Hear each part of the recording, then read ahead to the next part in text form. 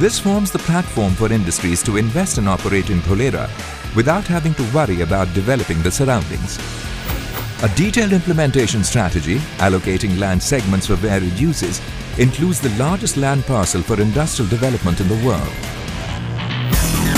World-class, smart and sustainable infrastructure facilities set Dholera apart.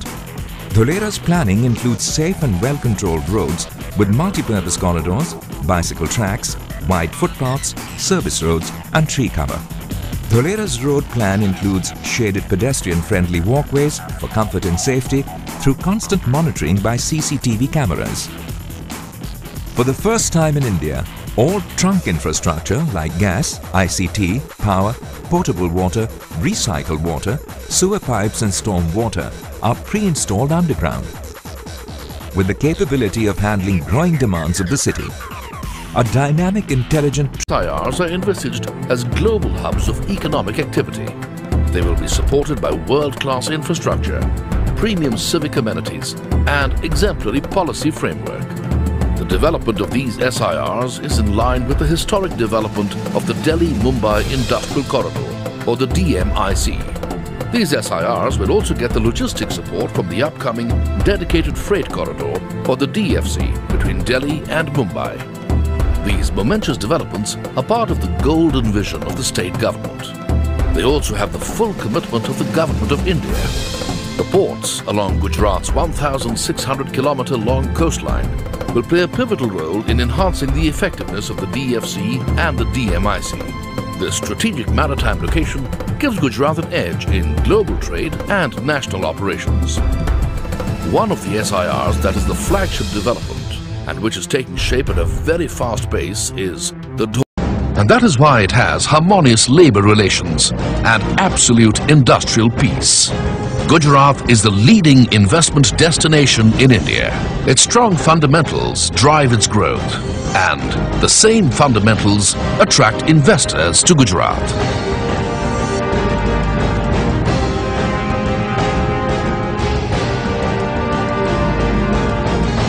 Once again, Gujarat is going to act ahead of its times. Once again, it is going to create history. It is going to create the Special Investment Regions, or the SIRs, that will reshape India's industrial and economic face. It is going to set up the Dholera Special Investment Region. This very first SIR showcases the global vision and the big dream of Gujarat's Chief Minister, Shri Narendra Modi. The Dholera SIR is going to be developed in an area of more than 360 square kilometers. It will be developed as a global hub of economic activity, supported by world-class infrastructure, premium civic amenities and centers of excellence. It will cater to both international and domestic markets. The SIR will have multiple business, financial, recreational and residential districts. It will provide the next generation of housing with cultural, recreational and amusement spaces. The centerpiece of the SIR is the CBD, the Central Business District. This building will be a masterpiece of design and art, an iconic structure that will stand out as an imprint of Gujarat's ingenuity and enterprising spirit. A true monument dedicated to New Gujarat, the Golden Gujarat. The Dholera SIR will have a low carbon footprint. To make, it does not mean that the provider of those services has to be the public. Kant is aware of the situation, and perhaps that is why the DMIC has sought around 18,500 crore rupees to build the trunk infrastructure, like drainage, water supply and public transport. One must realize that there is a very important component of the trunk infrastructure. If you don't have good drainage, if you don't have good sewage, if you don't crack the trunk infrastructure, which is commercially not viable, the other component of the private-public partnership will not happen. So the trunk infrastructure, to our mind, is the key, and that is where the government needs to step in. New cities, over a 30-year period, are very commercially viable. They take a longer period. They take 13 years, 14 years to break even. But once they break even, then they generate a lot of resources. And from that 13th year to the 30th year, they in fact generate so much of resources that you can make many more cities. But the key challenge here is that you should be able to monetize land value. That is the key challenge. Monetizing land value is not the only challenge. In fact, the list of challenges is a rather long one. From land acquisition to financing to governance. When we come back, we'll see at what the road ahead for GMIC looks like. Braj Binani Group and Bloomberg UTV present Building India.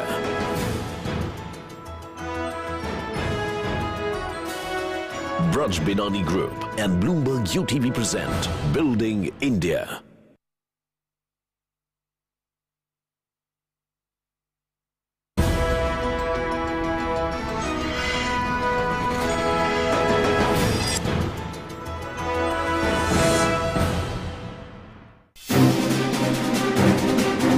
That is how the future cities of a country would look like. If the projections by the GMIC project are anything to go by. It is perhaps the most ambitious project since independence. From building mega industrial zones to building mega cities. The GMIC wants to give the country a complete facelift. But planning is one thing, and translating plans into reality is another. As Pradeep Singh, the Vice Chairman and Managing Director of IDFC project says, master plans are often more violated than being followed. In the history of our country and its cities, the master plans have been less